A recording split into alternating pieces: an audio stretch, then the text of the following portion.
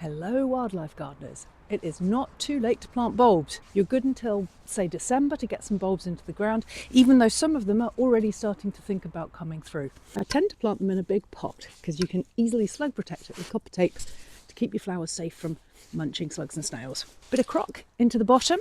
Grit! Bulbs hate being wet over the winter time. Make sure there's lots of grit and sand to keep that water flowing away from the base of the bulbs.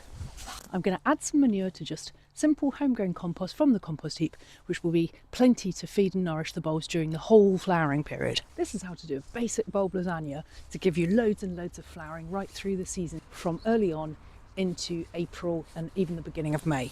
Your biggest, tallest bulbs go in first. So your tall tulips, they go in the middle at a depth of about 20 centimetres and you layer up from there. Those are grand perfection, they get to about 40 centimetres tall, and these apricot pride, they get even taller than that, about 50 centimetres. Yeah, that one's got squishy, we'll get rid of him. Space them out, but not too far, because they need to support each other as they're growing, otherwise you'll get the heads of the flowers all flopping over, which is not what you're looking for. Bit more soil on top, because your narcissi don't want to be quite so deep in. They're not quite so tall growing as a tulip, so they want to start off a little bit closer to the surface to give them a bit better chance. This is Salome, and that grows only to about 35 centimetres, so give that a chance to shine by putting it closer to the edge.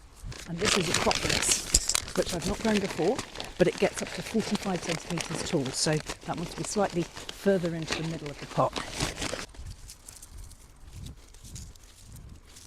That one's gone squishy as well.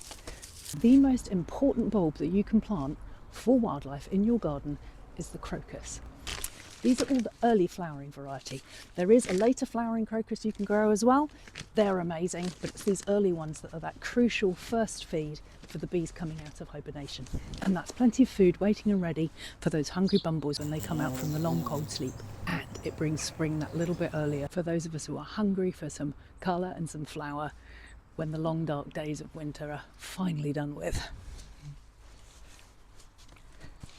Night night bulbs.